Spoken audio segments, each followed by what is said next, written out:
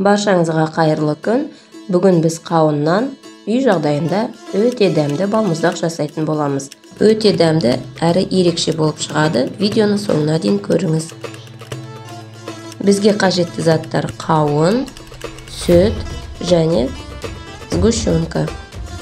Қауынымызды араластыру үшін блендер қажет болады. Блендеріңіз жоқ болса, үккіштен өткізуіңізге болады. Ол үшін біз қауынның ортасын тазалап, жұмсағын бөліп аламыз. Ортасындағы жұмсағын мұздатқышқа қоямыз. Арнамызға тіркеліп, қоңырауды басып қойып.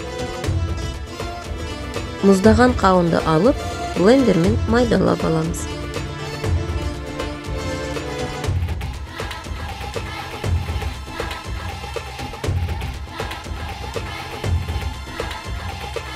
Майдаланған қауынымыздың үстіне сүт, сгущенкамызды қосып, блендермен қайтадан араластырамыз.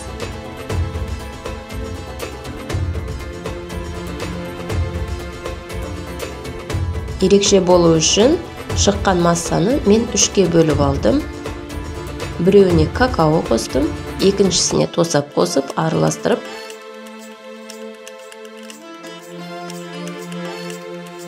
арнамызға тіркеліп, қоңырауды басып қойыңыз.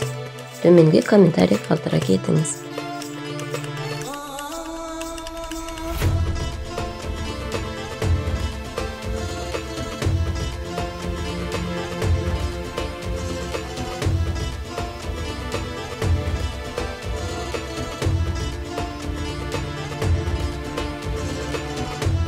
Қайтадан мұздатқышқа жібердім.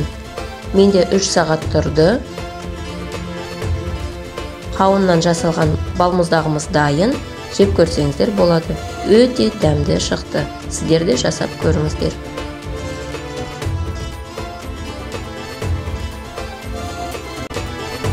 Ас болсын.